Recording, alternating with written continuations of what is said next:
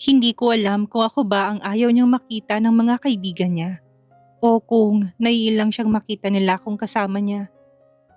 Hindi ko alam kung dahil ba sa past niya o dahil hindi niya pa rin talaga alam kung paano ako ilalagay sa buhay niya. Hindi ako nagsalita pero sa puso ko may konting kurot dahil sa kabila ng saya ngayon, hindi ko pa rin alam kung saan ako nakatayo kay Zafir. At kahit na anong sarap ng tinola, kahit gaano kasarap ang prito naming isda, kung hindi ko alam kung may lugar ako sa mundo niya, lagi akong kakain na may halong lungkot. Daddy, anong plano mo po? Tanong ni Emmanuel habang abala kami sa pag-aayos ng pinagkainan. Nakaupo siya sa gilid habang nilalaro ang pusa niyang hindi na yata kayang iwan.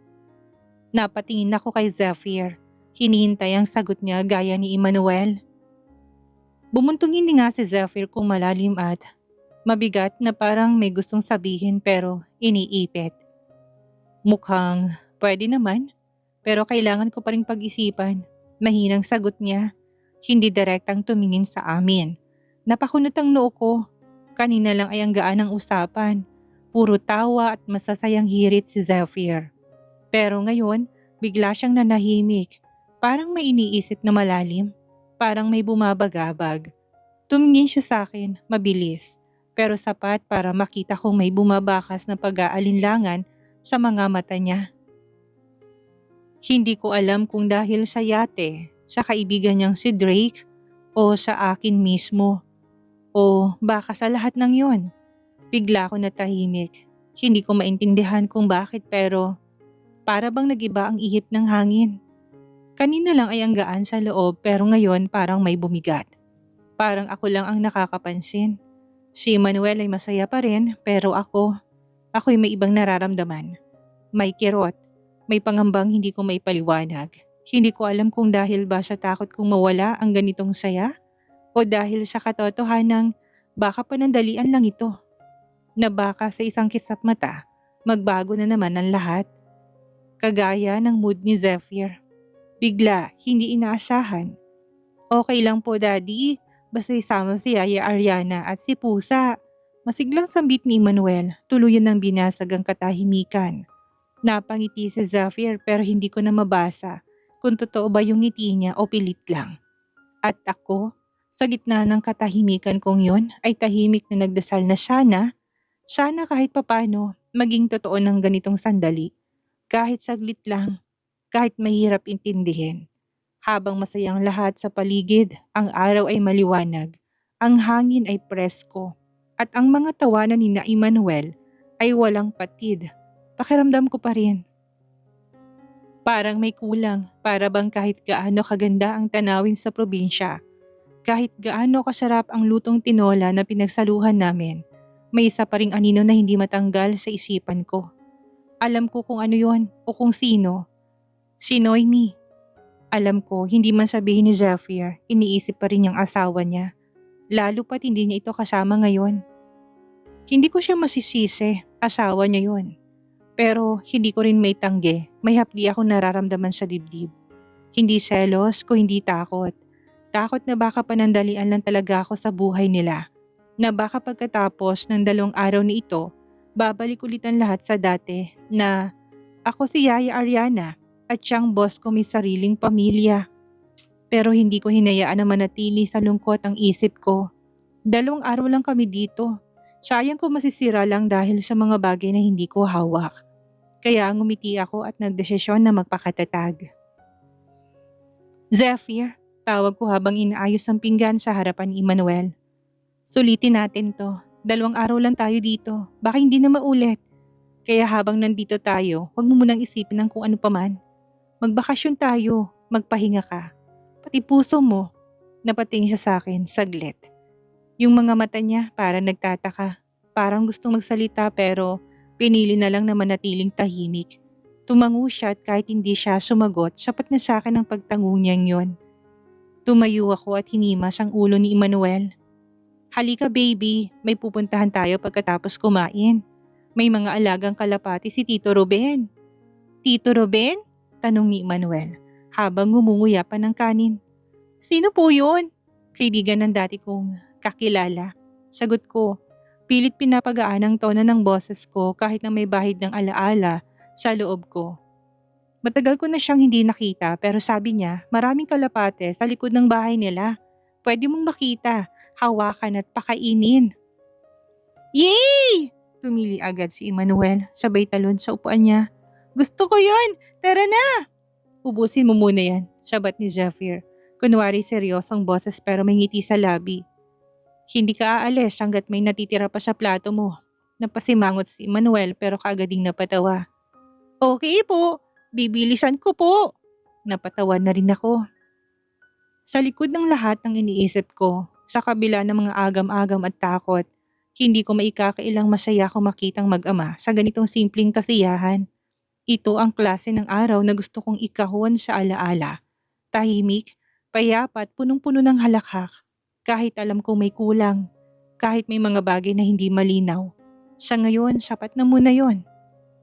Ready ka na baby? Tanong ko kay Emmanuel habang maayos ko ng sombrero niya. Tanghali na at kahit may hangin pa rin, alam kong malakas na ang init ng araw. Hindi pwedeng mainitan ng anak ng amo ko lalo pat ganito siya kasigla ngayon. Gusto ko manatili sa ganda ng mood niya. Opo, Ate Ariana! Masigla siyang tumalon sa tabi ko habang hawak ang maliit niyang backpack na may lamang biskwit at laruan.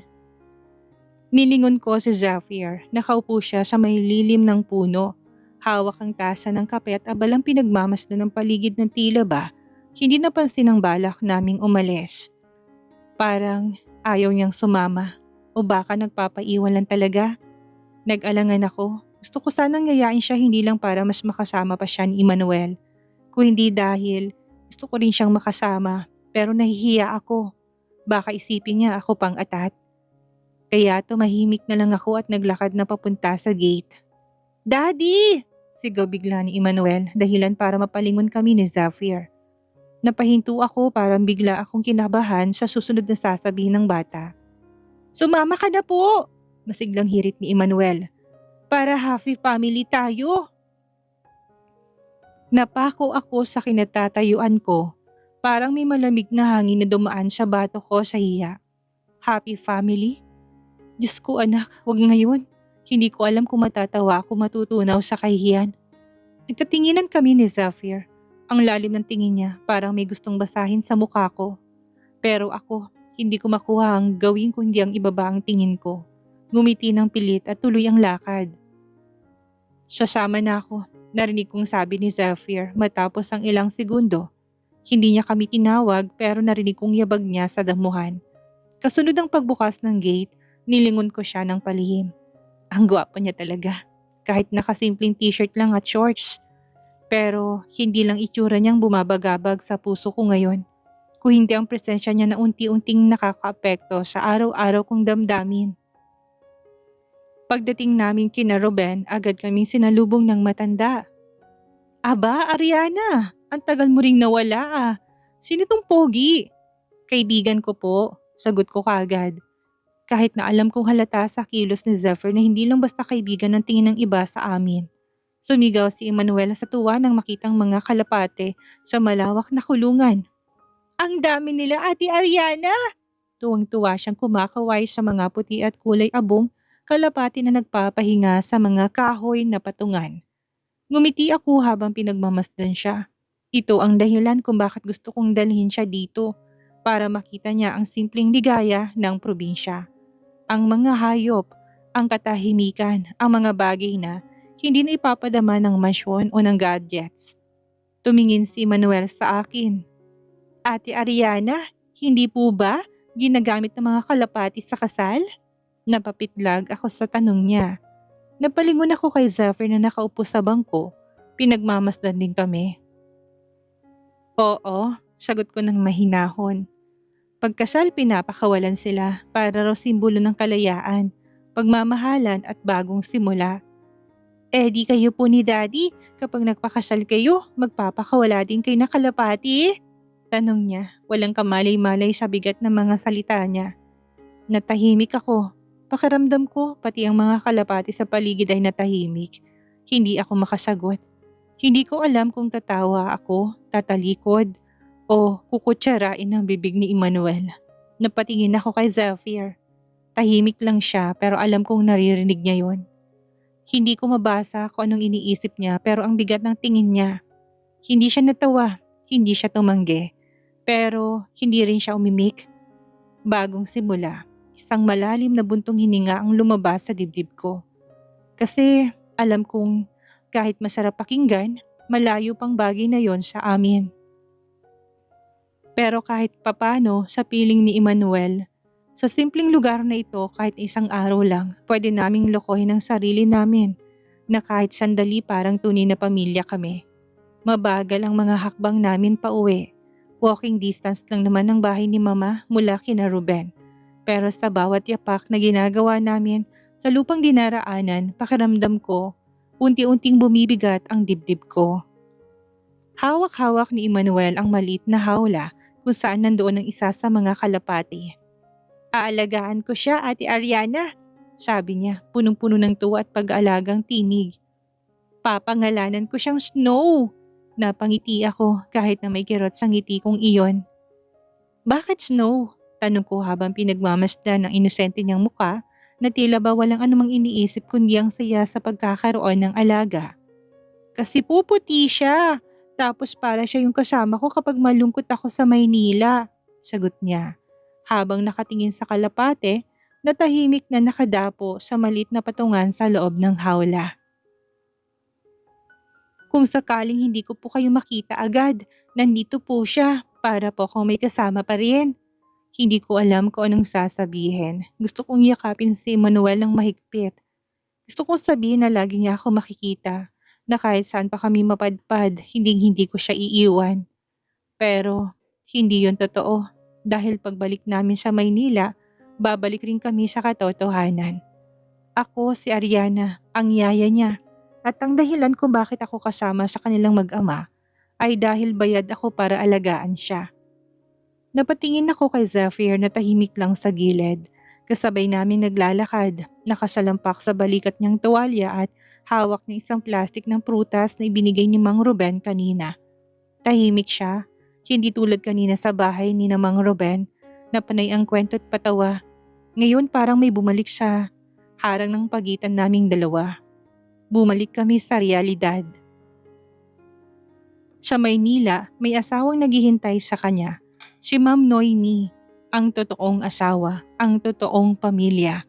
Ako ang pansamantalang kasama, pansamantalang sandalan ni Emmanuel at pansamantalang kasamang tumatawa sa mga biro ni Zephyr habang nagluluto ng tinola. Dumaan kami sa harap ng mga puno ng mangga, mahangin pa rin. Tumalsik ang ilang dahon sa gilid ng kalsada. Malapit na kami sa bahay ni na Mama. Magugustuhan kaya siya ni Snow White? Tanong ni Emmanuel. Ha? Sino si Snow White? Gulat kong tanong. Yung pusa po natin, sagot niya agad habang tumatawa. Hindi po ba Daddy? Baka mag-away sila? Napangiti si Zephyr ngunit baka sa kanyang lalim ng iniisip. Depende. Kung silosang pusa mo, sagot niya. Napatingin ako sa kanya at para bang may ibang kahulugan sa likod ng mga salitang yon. Parang hindi lang sa pusang tinutukoy, kung hindi sa akin. Huminga ako ng malalim kahit na anong lambing at saya ang nararamdaman ko. Nitong mga huling araw sa probinsya, alam kong panandalian lang ito. Pagdating sa Maynila, mawawalan ng init ng tinola.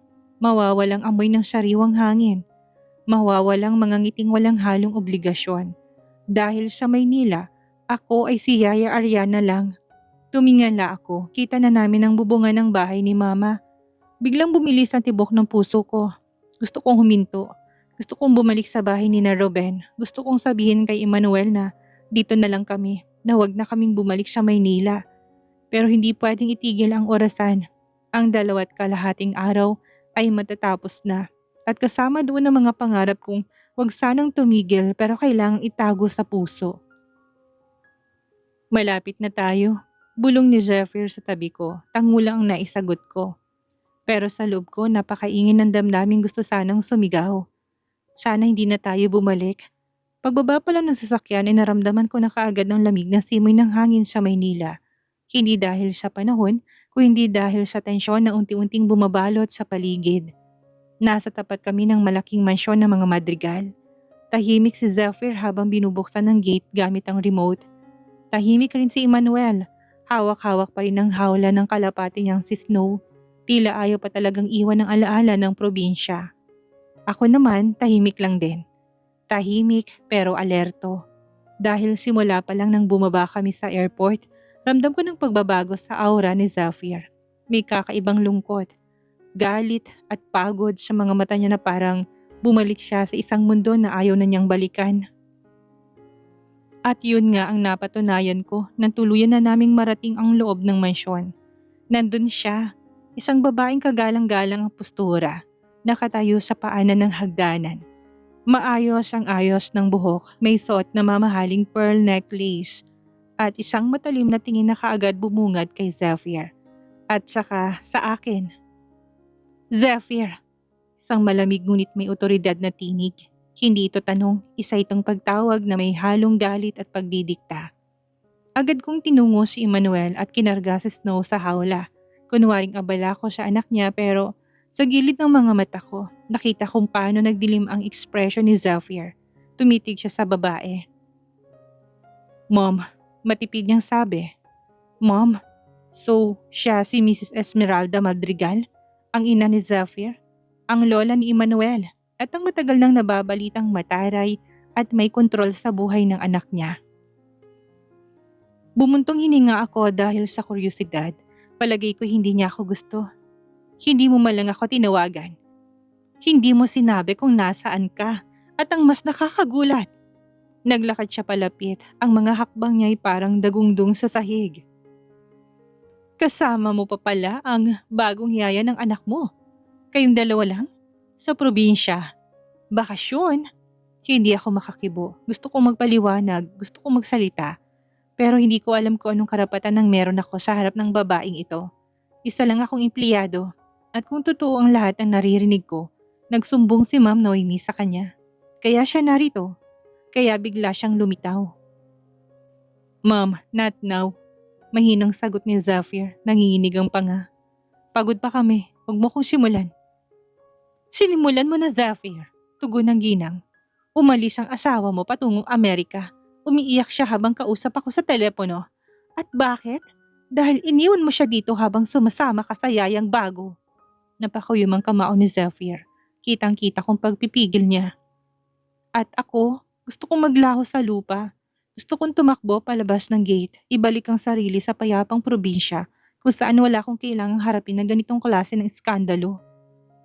Mommy? Tanong ni Manuel, nilapitan ng lola niya. Nandito ka po pala. Ngumiti si Esmeralda, mabilis na nabago ang ekspresyon. Parang sinapian.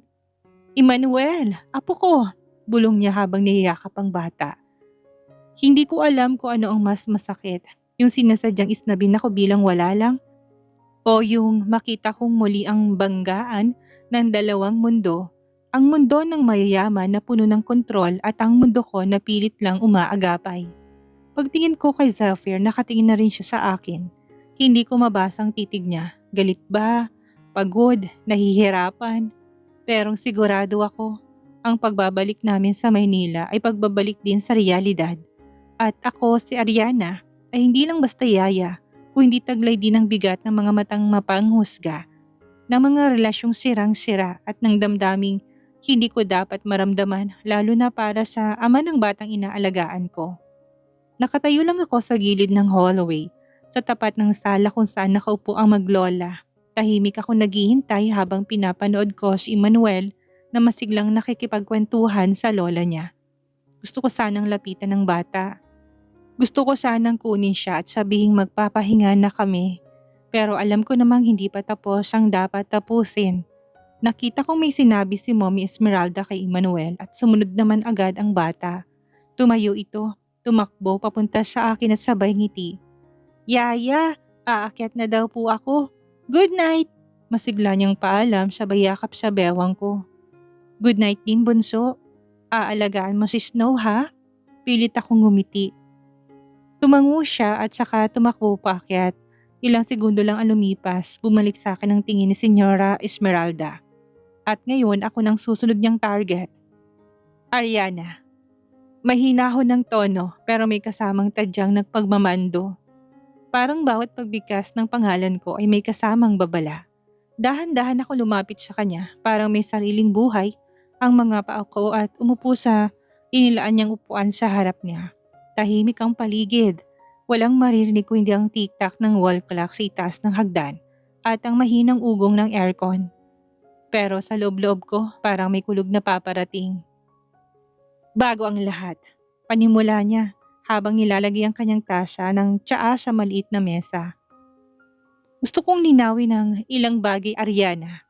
Tinignan niya ako mula ulo hanggang paa, parang sinusuri kung karapat-dapat ba akong kaharapin. Nagpasya ako na tumuli dito sa mansyon, hindi lang dahil sa pag-alis ni Noemi, kung hindi dahil sa mga balita. Marami akong naririnig. At may ilan sa mga yon ay hindi ko nagustuhan. Tumigil siya sandali. Ikaw ang yaya ni Emmanuel, wala nang iba. Nanuyo ang lalamunan ko. Alam ko na kung saan papuntang usapang ito. Naiintindihan ko na matagal mo nang kasama ang anak ko. Tinulungan mo siya, magaling kang alalay sa bata. Pero Ariana, yumuko siya ng bahagya, nakapatong ang siko sa tuhod at tinagilid ang ulo. Huwag mong kalilimutang may linya sa pagitan yung dalawa. Nanatili akong tahimik. Tila ba ayaw kong gumalaw, ayaw kong huminga, baka kung anong sabihin ko at ikakapahamak ko. Subukan mo lang lumapit sa anak ko, kay Zephyr na higit pa sa pagiging yaya ng anak niya. Lumamig ang boses niya. I swear to you, matatanggal ka sa trabaho mo. Hindi ako magdadalong isip. Mas lalong bumigat ang dibdib ko. Alam kong nabigyan ka ng offer. May binanggit sa akin si Zephyr. 10 million pesos, hindi ba? Tumayo siya, nilapitan ako. Sayang yan. Sayang kung mawawala dahil lang siya. Maling motibo. Napalunok ako. Hindi ko alam kung takot ba to o sakit. Hindi ko ugaling magparinig. Direkta ako magsalita at sana, sa huling beses kong sasabihin nito, Ariana, huwag kang magkakagusto kay Zephyr. Hindi siya para sa'yo. Para akong binuhusan ng malamig na tubig. Tama nga naman siya, hindi siya para sa akin. Alam ko yun. Ako lang ang ayaw kumilala sa katotohanan. Ako lang ang umaasa sa mga tingin ni Zephyr, sa mga tahimik niyang ngiti at sa mga simpleng kilos na nagpapatibok ng puso ko. Pero ngayong narinig ko na mula mismo sa ina niya, para akong tuluyang binasag. Makakaalis ka na. Bulong ni Senyora Esmeralda sabay iwas ng tingin. Tumayo ako, dahan-dahan, habang pinipigil ang sarili kong lumuha. Sa bawat hakbang ko paakyat ng hagdan, pakiramdam ko ay pabigat ng pabigat ang mga paa ko. Pero bago ako makapasok sa kwarto, nilingon ko pa ang babaeng yun. Hindi siya kontrabida. Ina lang siya na ginagawang lahat para sa anak niya. At ako? Ako si Ariana, ang yayang nagkamaling umibig sa bawal. Kinabukasan, nagising ako ng maaga, puno ng mga tanong at pangarap sa isipan ko. Pero nang magising ako, alam kong isang bagay na lang ang magpapaalala sa akin ng tunay kong kalagayan. Ang mansyon ni Zephyr at ang mga hindi inasahang paghihirap na aking tatahakin sa bawat araw na ako'y nandito. Lalo na ngayon na si Senyora Esmeralda ay nandito, tila hindi ako titigilan hanggat hindi ako natututunan ang aking leksyon. Habang si Manuel ay nauna nang pumasok para sa kanyang tutoring session kay Teacher Cherry, hindi ko na rin naisip kung maghihintay pa ba ako sa kanilang pagbabalik. Isa lang ang nasa isip ko, magiging tahimik ang araw pero alam ko may isang bagay na magpapabigat sa akin. Sa mga unang oras ng umaga, naglinis ako sa mga silid at inayos ang mga gamit ni Emmanuel. Kasabay ng ilang mga gawain sa kusina, hindi ko alam kung anong nangyayari sa akin. Parang may pakiramdam na sa bawat galaw ko, nararamdaman ko may mga mata na nakatutok sa bawat hakbang ko. Hindi ko alam kung paano ko paaayusin ang lahat o kung ano ang magiging reaksyon ni Zephyr kapag makita niya kung patuloy na nagsisilbi sa kanyang pamilya at kung paano ko malalampasan ang mga pagsubok na dulot ni Senyora Esmeralda. Nasa kalahating araw na ako sa pagtatrabaho nang biglang pumasok si Senyora Esmeralda sa kusina. Hindi ko alam kung anong itinatago niya pero ang titig niya sa akin ay may kasamang kilig at takot. Minsan lang akong mangyari ito. At parang may mga senyales na nagsasabing hindi ko dapat hayaan na makapagpatuloy pa siya sa pagpapahirap sa akin.